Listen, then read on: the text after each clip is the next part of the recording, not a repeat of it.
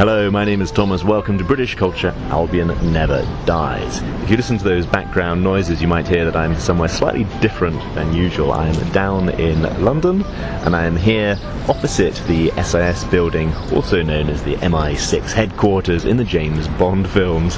So it's opposite me, so I'm on Millbank, and behind me is the Tate Britain Art Gallery. And you see that flashing past in the 1999 movie The World Is Not Enough. The Q-boat shoots out of the MI6 building, crashes onto the Thames, goes past here. You kind of see it in the background, but all the banners are out for some special exhibition. There's a few banners there, so I'm just having a little wander along and taking in all the sights. And it's a very popular film and one of the most popular pre-title sequences for a James Bond film. So we'll have a little word from some of my friends and see what they like about it.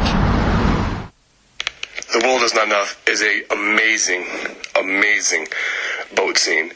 My favorite part is just Pierce Brosnan, the way he looks the entire time. He's in the suit, he's soaking wet, he still looks fierce, he's ready to go, and he still has time to adjust his tie underwater. Fantastic boat scene, amazing pre-title sequence, overall underrated Bond movie, fantastic, Pierce at his best. Now there you may have recognised the voice of Donnie Waldron over at Quantum of History. We talked about this film, The World Is Not Enough, I believe in episode 5 of his podcast. It's a really good film. This sequence alone is great, and it does showcase London in a beautiful cinematic way. Just this clip on YouTube, the pre-title sequence, the boat chase, is a real favourite of many. Now if you're listening at time of release, there will be a Cue the Music concert coming up on the Sunday, October the 15th, and quite a few of us Bond fans are getting together on the day, and indeed over that weekend, and we'll be wandering along, taking in some of the sights that just flash past. So that's partly why I'm doing this podcast. I thought I'd chat to my friends, see what they like. We'll be travelling around and we'll be sharing on all our various channels, whether it's on Instagram or YouTube, or perhaps here on podcasts. We'll be sharing about our trips as we make the most of, well, James Bond's London, but just to narrow it down very specifically, we'll narrow it down to The World Is Not Enough, the 1999 movie outing. And of course that Cue the Music concert will be at the O2, the Millennium Dome, which is where the boat chase ends. Now let's hear from Daniel Gaster, who has been working with me to put together a little bit of an event on the day. Here's Daniel. Well, it's funny to get a WhatsApp message from the host of the podcast when I'm listening to the podcast. Quite strange. Favourite scenes in the Twine boat chase. There are a few that spring to mind. One is the point where 007 submerges the boat under the Thames, and as he's going under the bridge, underwater, he just adjusts his tie, which is very Pierce Brosnan, but it's just that little flourish which I think everybody loved, and apparently it was something that he added on to that. The second part that I think about is, this might not necessarily be in order, but is the part of the film where you've got some civil enforcement officers clamping a vehicle, and I think at the time one of them was like the most hated man in England. He'd given a parking ticket to his own mother, and they had a script and everything, but the boat just whizzed right past them and absolutely soaked them, and that is a genuine reaction because they weren't expecting that.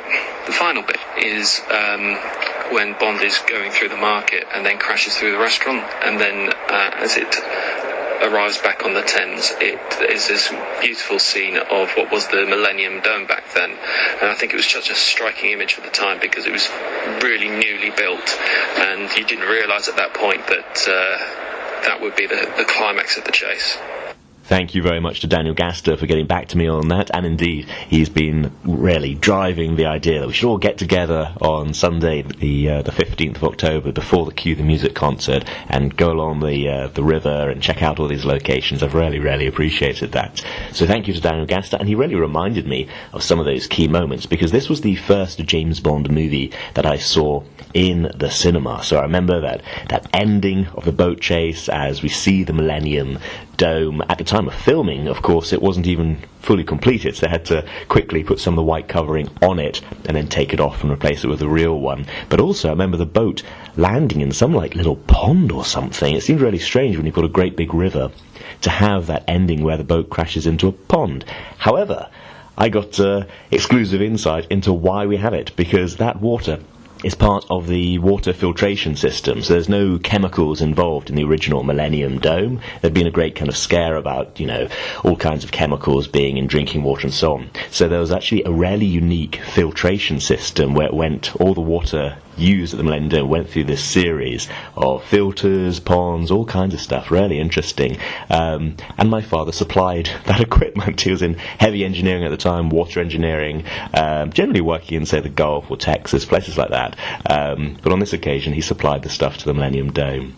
So I got a good little bit of insight there. And yes, those police, those traffic wardens, whatever they were very famous at the time. I remember that, and I have had a quick Google to see if I can find any kind of actual evidence online. That's who they were. But I have this memory. Daniel Gaster has that memory. I think quite a few British listeners will have that memory. But what a great boat chase for showing London at that time. That's something that my friend Roland Hume, British author, will talk about next.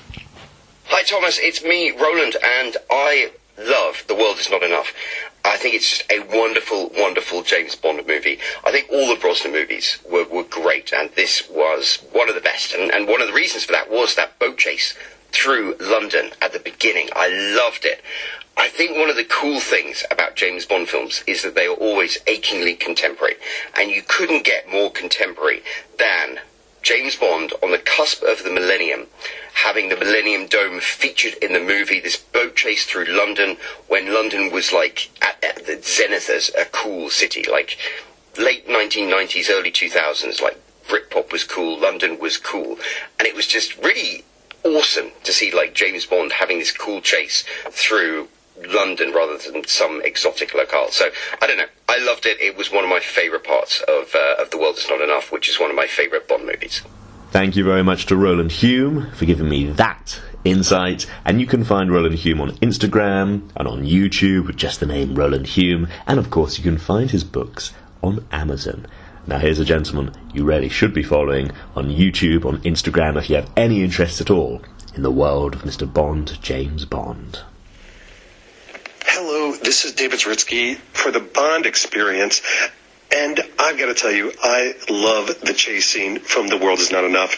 It's amazing. It's actually one of my favorite waterway chase scenes in the entire Bond franchise, but my favorite part has to be when Brosnan takes the Q-boat underwater. He pushes the throttle, the Q-boat goes underwater, and underwater you see him straighten out his tie. I mean, come on. It's a great Brosnan moment. It's very tongue-in-cheek. It's a perfect Bond moment, and yes, it's sartorial. It's four things in one. So how can this not be my favorite part? Absolutely perfect. Thank you very much to David Zaritsky from the Bond Experience for recording that message. And now, let's have a listen to what Ken, my friend Ken, on Instagram, his handle is Oceanographer, because he is a fan of the Oceans movie, the Oceans 11 and 12 and so on. You may have seen him on the YouTube channel From Tailors with Love. What does he think of the World Is Not Enough boat chase? I love the part where Bond crashes the boat through a restaurant, because there's this brief moment where we're not looking at Bond yet. We're just watching these regular people have a business lunch. There's a big guy about to put a breadstick into his mouth, and then boom, here comes this rocket-propelled boat out of nowhere. Thank you very much, Ken. And I said that you could see him on... Sometimes we do the Only Bond live stream, and so Ken's been on that. And that, of course, is From Tailors with Love. So let's hear from Pete Brooker the from Taylor's of Love man himself. Thomas, I just remembered that you wanted something recording regarding the boat chase from The World Is Not Enough. My favourite of all the James Bond pre-title sequences, and a couple of moments that really stick out to me. One being at the very start where Bond notices... What?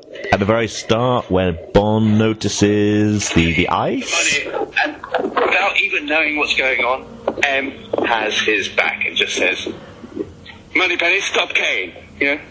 He just gets up and goes, get him the money. What does M know about it? But she knows that he's onto something. Number one. Number two, of course, we have the adjusting of the tide as he goes underneath. I think it's Glengall Bridge. Glengall Bridge? That's just a little bit of showing off from Bond that life is a bit easier. Also, it's the sound of London going along, the city of Westminster cleaning the streets.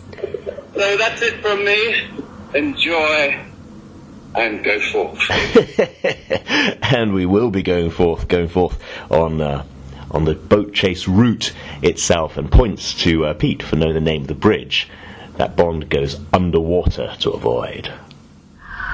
Okay, I'm just by Lambeth Bridge. You might be able to hear in the background there's quite a few police outriders and a blacked out car. So we are in very much the government area. Of course, this is the second bridge that we see in the World Is Not Enough boat chase. It takes a few seconds of screen time, and I'm always curious about the real world geography of places we see in films. Of course, in the Skyfall chase in the pre-titles, we see Bond and Patrice go on a train from central Istanbul to something that looks nothing like Istanbul very, very quickly. It made me wonder, how long were they fighting on top of that train for? It's a place I'm familiar with. So, of course, it takes them about 3 hours, so no wonder Moneypenny is getting a bit tired at the end and makes that poor shot. Anyway, I'm happily looking at Lambeth Bridge, very distinctive in the film because it looks relatively low, and it's got that red, white and blue colour scheme, so it really does pop, and we get quite a few shots of it. I'm going to carry on walking, and ahead of me I can see the London Eye. Oh, and I can see Westminster Bridge just beyond it. I actually remember seeing it when I was quite young, and I was surprised that, gosh, there's a lot of bridges going across the Thames. Yeah, just in this section of London there happen to be quite a few, but of course Westminster Bridge is a very different colour, being a kind of a bluey green, I guess, a colour that the Victorians seem to absolutely love.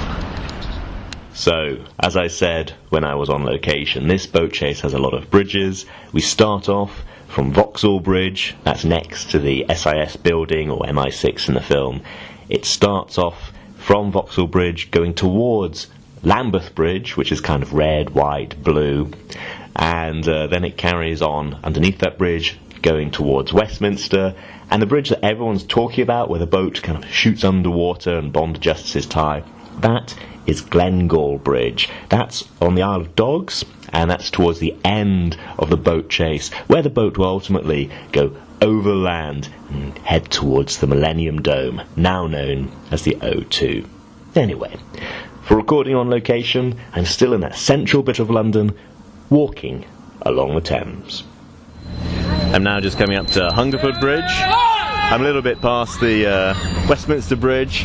Plenty of traffic here on the weekend, and in front of me is the War Office, or at least the old War Office, now the Ministry of Defence, and this is the place that we see Daniel Craig walk into in No Time to Die. That's obviously his office, and behind me is the Millennium Wheel, the London Eye, and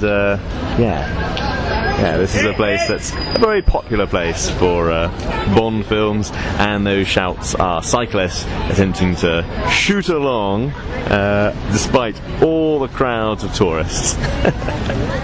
Well, as you can hear from that clip, London is a very, very noisy place. It may surprise people not from the UK that London is not necessarily universally loved across the UK. Of course, I live in a small village in Yorkshire, and I did a podcast episode all about Yorkshire fairly recently. And indeed, before I came down to London, most recently, along the main high street of the little town where I live, or a bunch of kids going along in a horse and trap.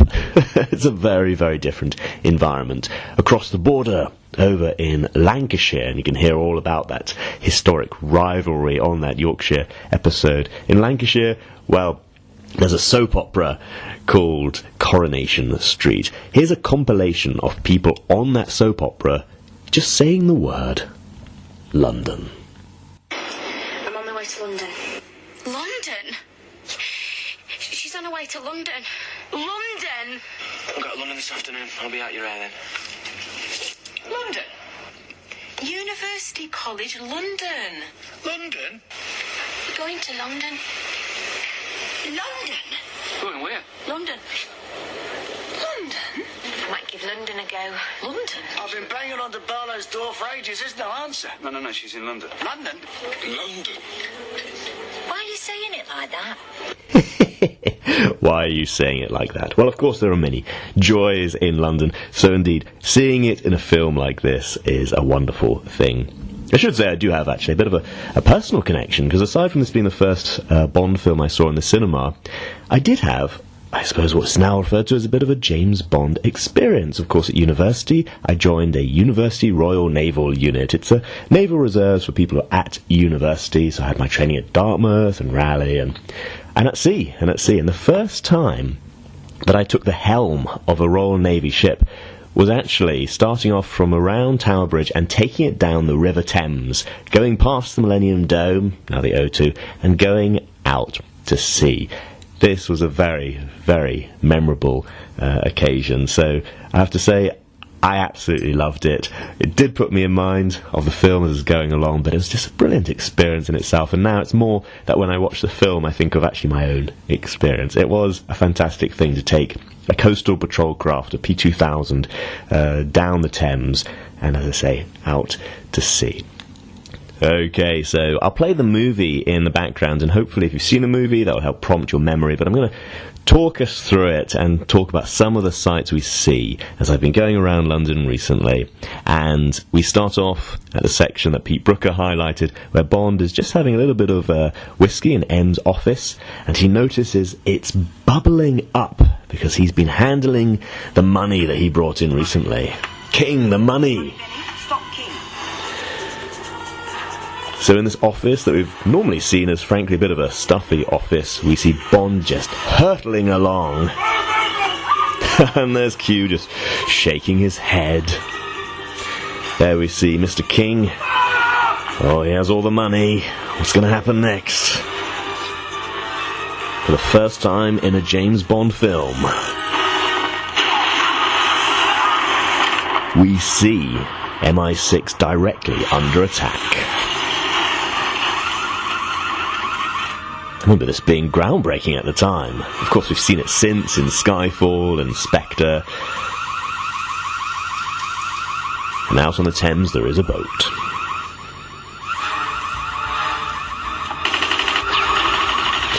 And a lady in red. I wonder if inspired by the song. Bond zips back. She's going off towards Lambeth Bridge. He hops in the Q-boat. Oh, I'm sorry, Q. I think he's just going to go off whilst that boat is unfinished.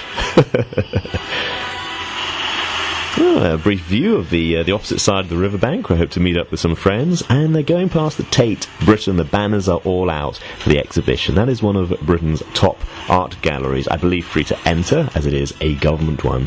And there we see a whole series of bridges going across the Thames. He has James Bond has a boat which has fire coming out of the back, which always makes me think of the Batmobile from the 60s show. And there it's going past the Houses of Parliament. It is actually a very short distance. Believe will they make it in this time. Apparently, some of the workers and maybe even some of the MPs had to be shooed along as they spent too much time looking out at the boat chase. They have to get on with actual work. You see Big Ben in the distance, and Brosnan getting absolutely soaked. Crashing a jetty which is just there for the film, I believe. Or maybe it's not there because it got destroyed, who knows? Maybe this whole thing is real. And there we have my favourite shot, where we have James Bond soaked in action in a beautiful three-piece suit with Tower Bridge right behind him, but pretty quickly they're going down St Saviour's Dock. So we see it, there's some signage for Java Wharf, so-called, because of course there's goods from Java being brought in. Again, I remember seeing this in the cinema first time. They suddenly zip into what looks like a very, very normal residential district around the canal area in Leeds. You have very, very similar homes to what is surrounding them. It's just a little side dock in London. Of course, the big difference between a place like Leeds up in Yorkshire and London is the price.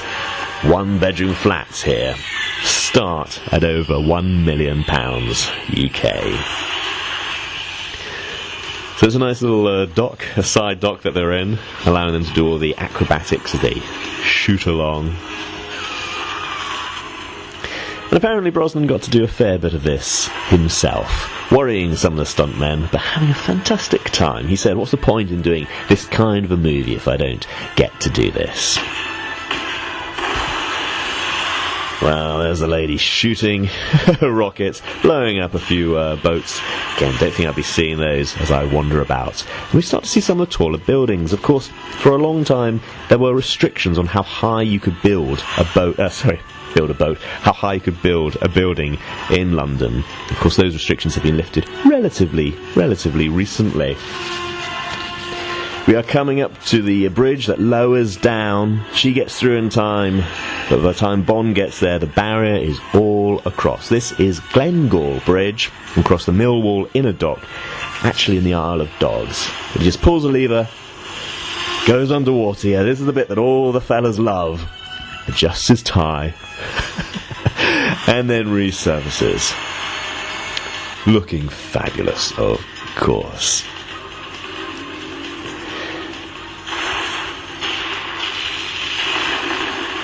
Well, you can hear there's a few explosions. She seems happy.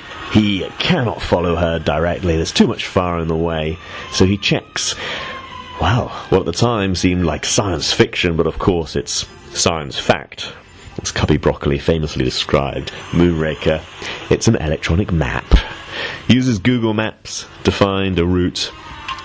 Here we see a couple of traffic wardens clamping.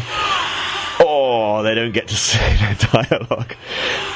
And now he's going along, the salmon jumps and goes up onto land. This is, I believe, the ornamental canal.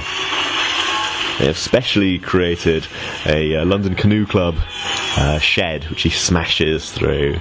And now he's going along on land. A few people have questioned this. What's actually happening here? I've always assumed there's kind of retractable wheels of some kind, and the fire behind is blowing it up. Or maybe he's just skidding along. This boat is designed to aquaplane. I guess it's left to our imaginations. We don't see much, but we do see, oh, man in a breadstick. Man in a breadstick. There he is. Bond smashing through the restaurant, and then just suddenly, seemingly out of nowhere, there he goes. The Millennium Dome, now known as the O2. This means he's now ahead of the lady. They're coming up towards each other. He will naturally fire a torpedo towards her. Fire. You see them shooting towards her. She takes a right. She's now heading towards the dome. A grand project for the Millennium, headed at the time by Peter Mandelson. Now Lord Mandelson. She loses the boat. You see a brief sign for the Millennium Experience as she steals a hot air balloon. Always the best vehicle for an escape. Or for sneaking up on an Indian palace, if Octopus is to be believed. There he goes. He's crashing into this little pond thingy. Which puzzled me at the time, but there we go. And now Brosnan's hanging from a rope. Got a bit of classic dialogue coming up. Oh, a Thames flood barrier. You can't get away. We can make a deal. Just tell me who's behind this. Who you're working for. Don't do it. Don't blow us up. I can protect you. Do you understand? I can protect you. Not from him. Oh dear. She chooses death. I remember that line. I can protect you, or not from him. I was like, is that what they've said in all the previous films? It's such a cliche, but they don't say it in too many of the films. They normally try and avoid it, maybe because it is such a cliche. But he falls down, lands on the soft tent, as I'd imagine, but obviously he gets hooked on the wires, and so we go into the title sequence of the movie. Wow, what an exciting sequence. Still one of my favourites. It brings a smile to my face, even just watching it and flicking through my notes of what is where. It looks fantastic. I do like, was it Trinity Buoy Wharf, where the Q-boat jumps back into the Thames after crashing through the restaurant. It is a fantastic boat chase, and as I say, there's so many interesting little things in the background because, well, London is quite central. Most of the things you want to see are within walking distance of each other, so they just flash past, and, well, they're significant in themselves, but it is lovely to go to a place and see the Bond significance as well. Right, I think it's time to draw to a close. I have recently been wandering around London. I had a friend from China come and visit me, so I took my friend around a central bit of London. Of course, Chinese cities tend to be much taller. I mean, when I lived there, I lived on, the 21st floor for quite a while, and it was relatively low down, especially compared to my little Yorkshire village. I think 6th floor is the tallest building there. But even in London, it's not so tall. Even the tallest building in London, even though it may be the tallest in Western Europe, is relatively small compared to what I've seen in, say, Shenzhen in China. But nonetheless, that's part of choice, that's part of regulation. For a long time they weren't allowed to be too tall, and of course, because it has such history, everything was within walking distance or horse distance of each other. So it is a fantastic place to visit, just to walk around and see.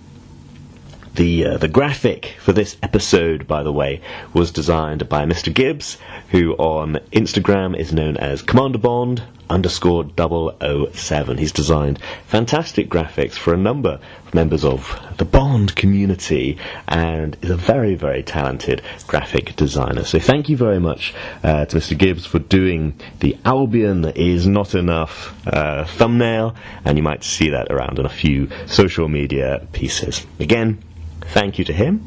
Do message myself or Daniel Gaster if you're listening in this week of release and you'd like to meet up with us. And if you just want to follow our adventures, you can find me on Instagram at Fleming Never Dies. You can find Daniel at Daniel Gaster on Instagram.